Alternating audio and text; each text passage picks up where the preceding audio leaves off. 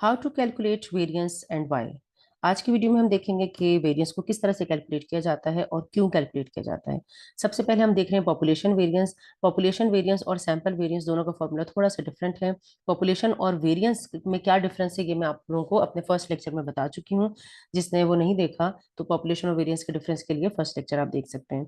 अच्छा, population variance को explain करने के लिए मैं आपको एक एग्जांपल देना चाहती हूँ। पहले हम एक एग्जांपल से स्टार्ट करते हैं। कहते हैं कि एक फर्म की जो अर्निंग है उसकी एग्जांपल हम लेते हैं। एक फर्म है जिसकी हम अर्निंग की बात कर रहे हैं। हम कह रहे हैं कि उस फर्म की जो अर्निंग है वो है, क्या अर्निंग है उसकी। हम कहते हैं कि उसकी अर्निंग है, मंथ्स इन मिलियंस बताई हुई है। मंथ्स की अर्निंग बताई हुई है। 1 है, 8 ले लेते हैं, 4 ले लेते हैं और 2 एंड 15। ठीक है, ये हम ले लेते हैं अर्निंग। अभी हमारे पास टोटल जो है वो 5 मंथ्स की अर्निंग आ गई है। मुझे देखना है कि इस फर्म की, ये जो फर्म ए है, इसकी अर्निंग जो है वो क्या है, उसकी उसकी एवरेज अर्निंग क्या है। ठीक है, तो एवरेज फाइंड आउट करने के लिए आपको पता है कि एवरेज फाइंड आउट करने के लिए मैं प्रीवियस लेक्चर्स में बता चुकी हूँ कि एवरेज फाइंड आउट करने के लिए फॉर्मूला क्या है। Mu is equal to, population के एवरेज को हम म्यू से रिप्रेजेंट करते हैं। Mu is equal to summation x upon n. ठीक है, ये हमारे पास फॉर्मूला है मीन का। मीन का फॉर्मूला है, इनके एवरेज का फॉर्मूला है। अब हम देखते हैं कि हमारे पास यहाँ पर क्या वैल्यूज हमारे पास आ रही हैं, मीन हमारे पास क्या आता है।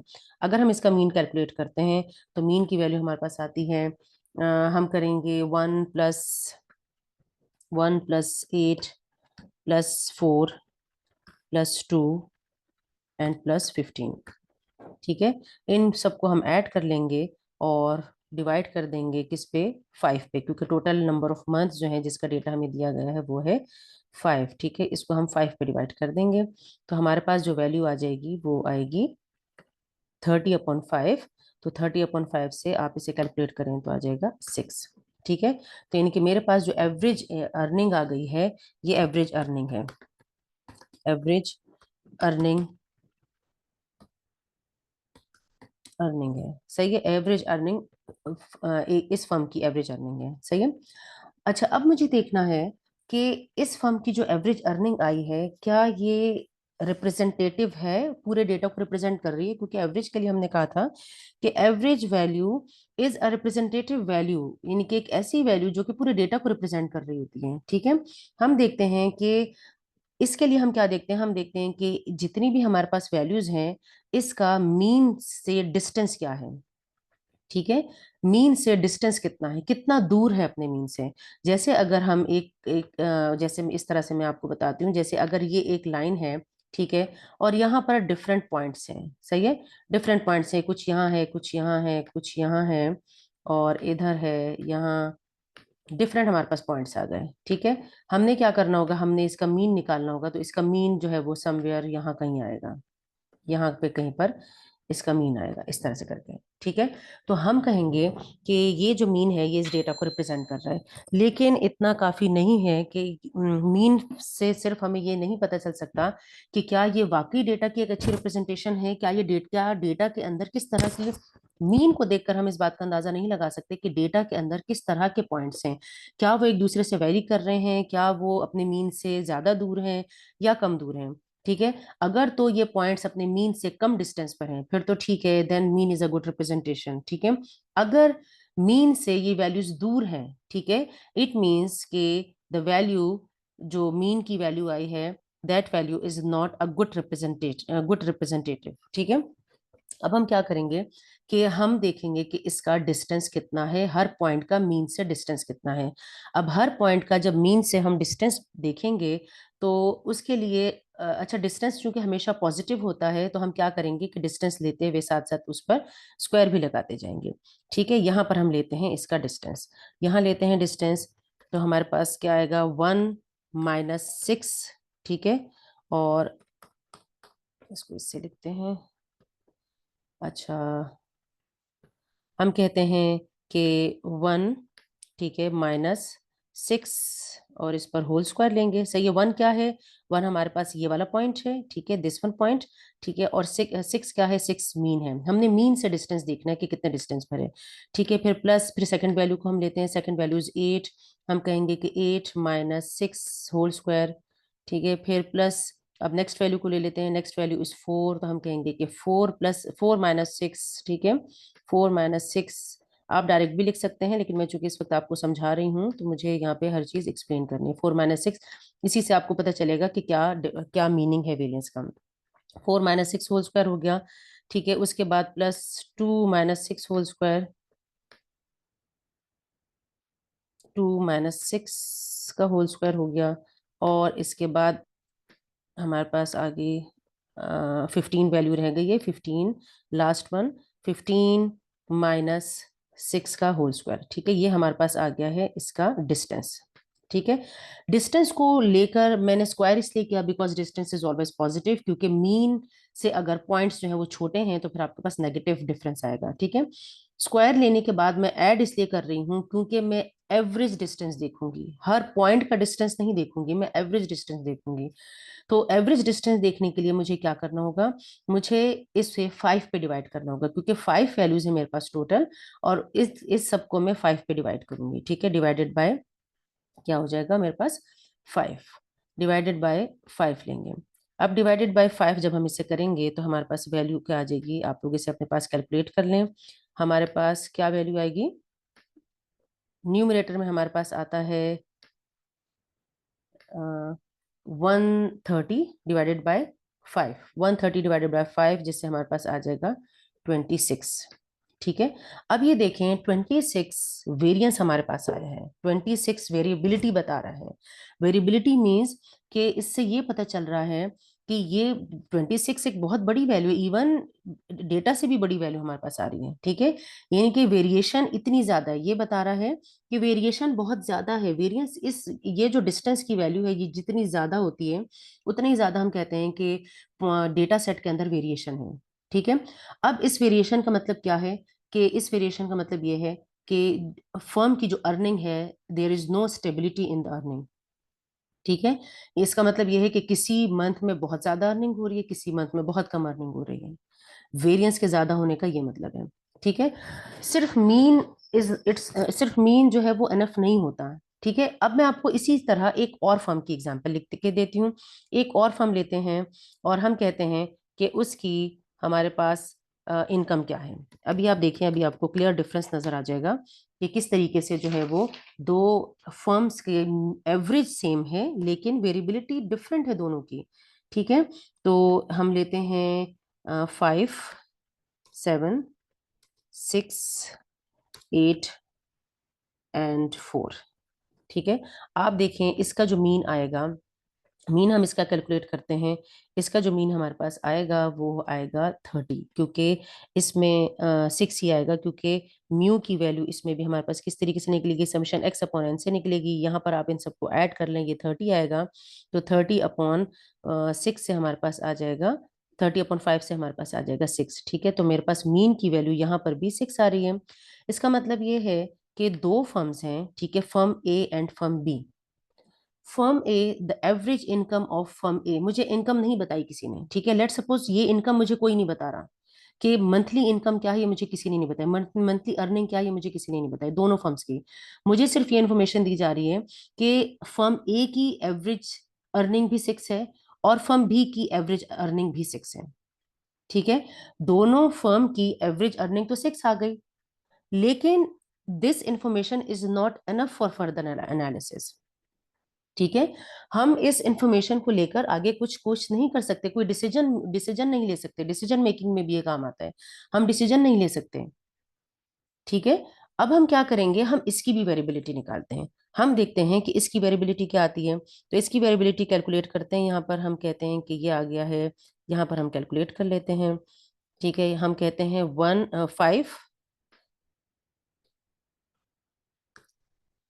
5 माइनस 6, 5 - 6, क्योंकि इसका भी मीन 6 ही है, तो 5 - 6 का होल स्क्वायर हो गया, ठीक है। फिर प्लस, सब डिस्टेंस देख रहे हैं ना, मीन से डिस्टेंस देख रहे हैं, ठीक है। फिर प्लस, फिर सेकंड वैल्यू क्या है इसकी, 7 है, 7 - 6 का होल स्क्वायर आ गया। फिर नेक्स्ट वैल्यू है 6 है, 6 - 6 तो वो 0 ही आ रहा है, आप चाहे तो लिख लें चाहे तो ना लिखें, ठीक है। मैं चूंकि इस वक्त पूरी एक्सप्लेनेशन दे रही हूँ तो मैं लिख देती हूँ, 6 - 6 is whole square plus next is 8, so 8 - 5, 8 - 5 का होल स्क्वायर, 8 ज्यादा ही छोटा लिख हो गया है, ठीक है। 8 - 6 का होल स्क्वायर आ गया और प्लस हमारे पास ना लास्ट वैल्यू रह जाती है 4, तो हमारे पास आ जाएगा 4 - 6 का होल स्क्वायर, ठीक है। ये हमारे पास आ गया है, इसका डिस्टेंस निकाल लिया हमने। अब इसका एवरेज लेंगे हम। एवरेज लेने के लिए क्या करेंगे, average distance from mean, average distance of every point from its mean हम निकाल रहे हैं, ठीक है। तो इसका नीचे क्या आएगा, नीचे हमारे पास आ जाएगा 5, हम 5 वैल्यूज हैं, चूंकि हम 5 पे डिवाइड कर रहे हैं तो हमारे पास जो वैल्यू आ रही है इसको भी आप अगर कैलकुलेट करें तो आपके पास वैल्यू आ जाएगी। आपने क्या करें, किस तरह कैलकुलेट करना है, 5 - 6 1 का होल स्क्वायर, 7 - 6 1 का होल स्क्वायर, 0 का होल स्क्वायर, 8 - 6 2 का होल स्क्वायर और 4 - 6 2 का स्क्वायर, ठीक है। 4 - 6 और 6 - 4, अब चूंकि स्क्वायर हम लगा रहे हैं तो वैल्यू जगह चेंज करने से भी कोई फर्क नहीं पड़ता, ठीक है। आप जगह भी चेंज कर सकते हैं, 4 - 6 6 - 4, 8 - 6 6 - 8 किसी भी तरह लिख सकते हैं। लेकिन the concept is this, we are calculating the distance between point and its mean, ठीक है। कॉन्सेप्ट यही है। स्क्वायर इसलिए ले रहे हैं कि डिस्टेंस हमेशा पॉजिटिव होता है। अच्छा, इसे जब हम कैलकुलेट करते हैं तो इससे हमारे पास आता है 10/5 और उससे वैल्यू आ रही है 2, ठीक है। अब आप देखें इसका, आप देखें कि इसका डिस्टेंस क्या आया है फ्रॉम इट्स मीन और इसका डिस्टेंस क्या आया है फ्रॉम इट्स मीन। इसका डिस्टेंस आया है 26 और इसका डिस्टेंस आया है 2, ठीक है। Average distance from its mean is 2 and average distance from its mean of firm A, data of firm A is 26। आप देखें कितना कितना डिफरेंस है, इसका वेरिएंस छोटा है, इसमें कम वेरिएबिलिटी है। ये बता रहा है 2 is a small number, it explains that there is less variability in firm B as compared to firm A। इसका मतलब ये है कि द अर्निंग इज, यहाँ मैंने इनकम लिख दिया है, अर्निंग है ये, earning is stable. Firm B की अर्निंग जो है वो हम कहते हैं कि वो स्टेबल है, ठीक है। इसीलिए सिर्फ मीन निकालना, सिर्फ एवरेज निकालना इज नॉट एनफ, ठीक है। एवरेज से सारी इंफॉर्मेशन हमें नहीं पता चल सकती, इसीलिए हम निकालते हैं वेरियंस को, हम निकालते हैं डिस्टेंस। ये जो मैंने लिखा है ना, ये मैं वेरियंस फाइंड आउट करने का मेथड बता रही हूँ। अब हम देखते हैं वेरियंस का फॉर्मूला क्या है, ठीक है। आपने वेरियंस को समझ लिया कि किस तरीके से हम कैलकुलेट करेंगे। अब हम देखते हैं कि वेरियंस का क्या फॉर्मूला है। वेरियंस का फॉर्मूला ये है, किस तरह से हमने अभी प्रीवियस अभी हमने देखा, हमने क्या किया, हमने एक्स में से म्यू को माइनस किया, उसका स्क्वायर लिया और सबको ऐड कर लिया, दिस इज समेशन, सबको ऐड कर लिया और डिवाइड किया एन पे, टोटल नंबर ऑफ इंडिविजुअल्स पे, टोटल नंबर ऑफ एलिमेंट्स पे, ठीक है। X minus mu whole square summation divided by n, ये था पॉपुलेशन वेरिएंस। पॉपुलेशन वेरिएंस के बाद आई होप कि आपको क्लियर हो गया होगा कि वेरिएंस हम क्यों कैलकुलेट कर रहे हैं, ठीक है।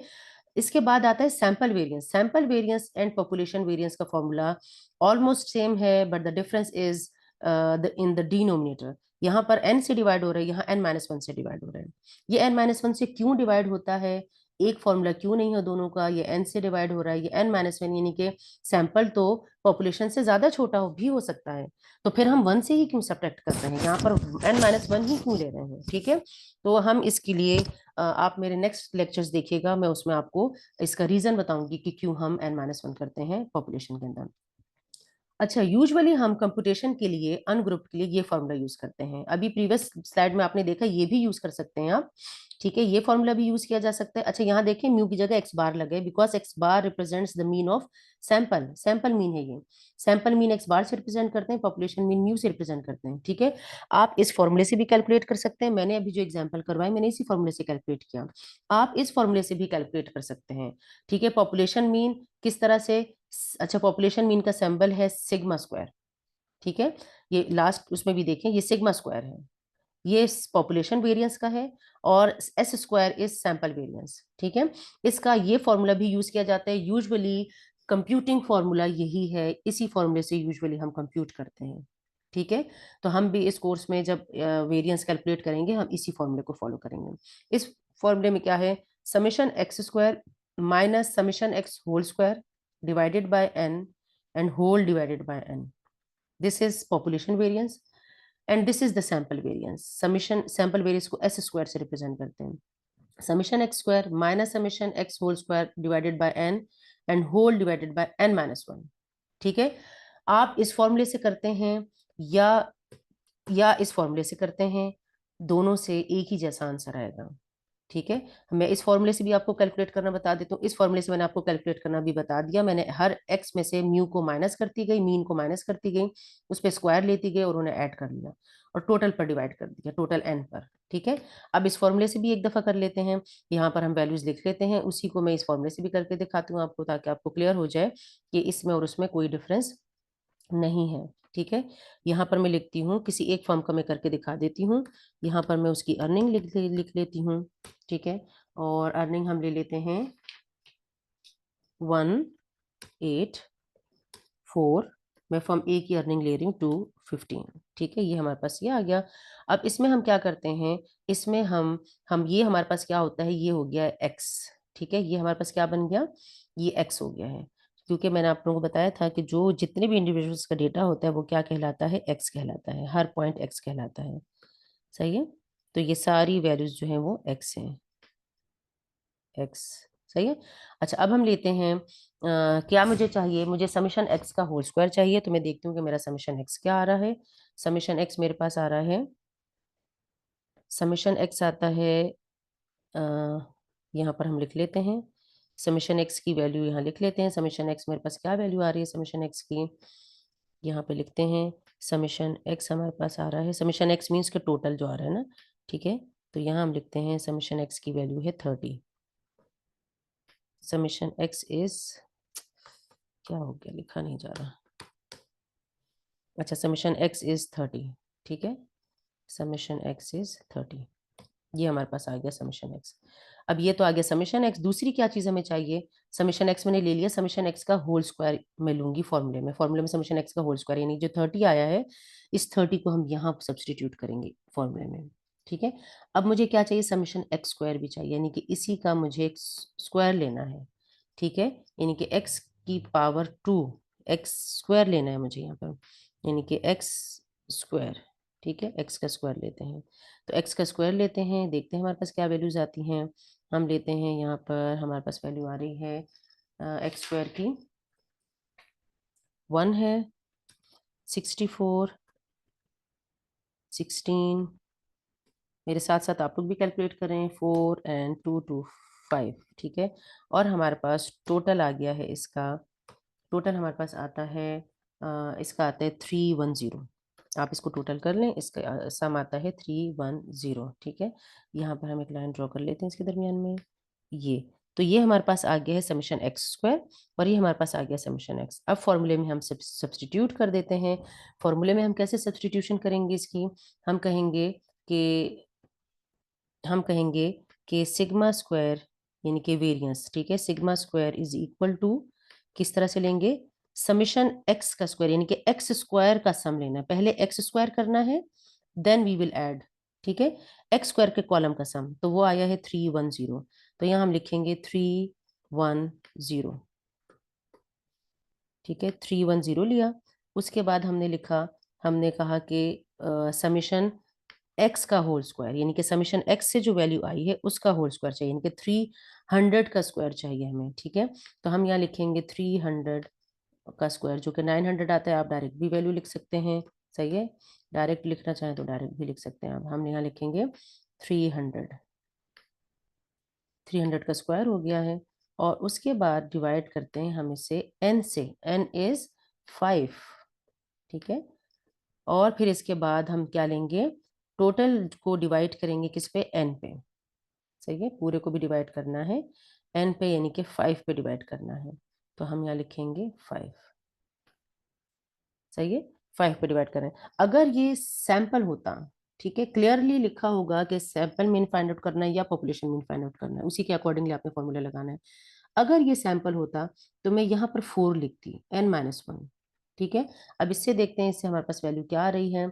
इससे हमारे पास वैल्यू आएगी, आपने क्या करना है, 300 का स्क्वायर लेना है, 900 आ जाएगा। 900 को 5 पे डिवाइड करेंगे तो आपके पास आ जाएगा 180। ठीक है, यानी कि आपने 300 माइनस 180 करेंगे तो आपके पास आ जाएगा 130।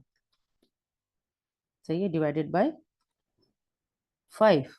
इससे हमारे पास वैल्यू आ रही है 26। ठीक है, आपने आपने पिछला वाला क्वेश्चन अगर नोट किया है तो उसमें भी आप देखें, उसमें भी हमारे पास वेरिएंस की वैल्यू 26 ही आई थी फॉर फर्म ए। ठीक है, आई होप कि आपको ये क्लियर हो गया होगा। नेक्स्ट वीडियो में इंशाल्लाह हम ग्रुप डेटा के लिए देखेंगे कि ग्रुप डेटा के लिए हमारे पास वेरिएंस और अच्छा स्टैंडर्ड डिविएशन का भी हम यहाँ देख लेते हैं। स्टैंडर्ड डिविएशन क्या है? Standard deviation is the square root of variance. ठीक है, वेरिएंस का स्क्वायर रूट ले लेते हैं तो हमारे पास स्टैंडर्ड डिविएशन आ जाता है। यानी कि अगर हमने स्टैंडर्ड डिविएशन फाइंड आउट करना है तो हम क्या करते हैं, इसी का पूरे का स्क्वायर रूट ले लेते हैं। ये जो हमारे पास फॉर्मूला बना है, इस पूरे का स्क्वायर रूट, नीचे एन पर भी आएगा। ठीक है, पूरी वैल्यू का स्क्वायर रूट ले लेते हैं, ऐसे करके ऐसे आ जाता है, और इस पर से ये स्क्वायर हट जाता है। इसी तरह से इसमें भी ऐसे हो गया, स्क्वायर हट जाएगा और हमारे पास स्क्वायर रूट इसके ऊपर आ जाएगा। ठीक है, इस तरह से स्क्वायर रूट आ जाएगा ऐसे। ये हमारे पास है ये हमारे पास है स्टैंडर्ड डिविएशन का फॉर्मूला। मैं स्टैंडर्ड डिविएशन लिख देती हूँ ताकि आपको पता चल जाए कि किस चीज की बात मैं कर रही हूँ। क्या बन जाएगा अब ये फॉर्मूला, किस चीज का बन जाएगा? ये standard deviation. Standard deviation or variance both are the comprehensive methods to find variation in the data. ठीक है, स्टैंडर्ड डिविएशन और वेरिएंस। स्टैंडर्ड डिविएशन क्या है? Standard deviation is the square root of variance. सही है, तो नेक्स्ट वीडियो में इंशाल्लाह हम ग्रुप डेटा के लिए देखेंगे। हम देखेंगे ग्रुप डेटा के लिए हम किस तरह से वेरिएंस और स्टैंडर्ड डिविएशन फाइंड आउट करते हैं for both sample and population.